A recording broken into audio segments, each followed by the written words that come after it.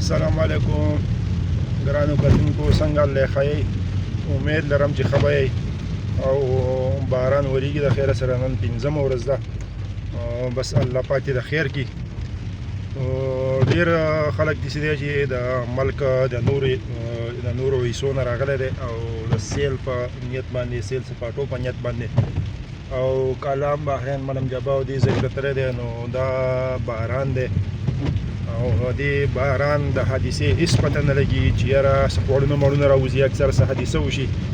نو پکار ده چې یاره په دې باران کې څوک سفر نه کوي او محفوظ مقامات ته چې دی نو پکار ده چې هلته منتقل شي او که نوي څوک راځي نو پکار ده چې نور نه راځي.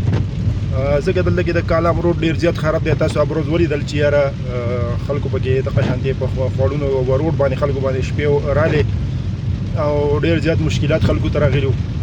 نو انتظامیه خو چې ده نو خو بار چې دی نو خلکو ته دا ریکویسټ کوي، وایي تاسو راشئ او سواد وګورئ او کالام وګورئ او سواد چې دی نو دا یو سیاحتي مقام دی. نو دا حقیقت دی چې سواد سیاحتي مقام دی، خو د کالام کم روډ چې دی نو د هغې 14 سال وشو چې هغه ته په شانتې پروت دی.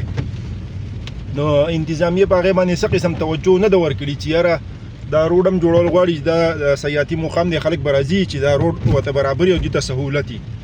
نو روډونه ځای په ځای خراب دي د ډېرې مودې نه چې په هغې باندې د چا څه قسم توجه نشته. نو پکار ده چې اول خو دغه روډونه برابر شي، که بیا فرض که سیلانیانو ته د نورو ملک خلکو ته ریکویسټ کوي چې راشئ نو بیا به خوند کوي.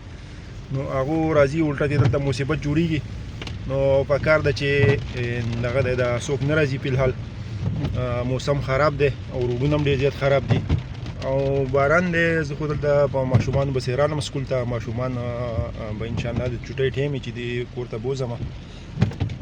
بس دعاګانې کوئ، الله یو ښاد او آباد لره او مهرباني د الله په امان. السلام علیکم.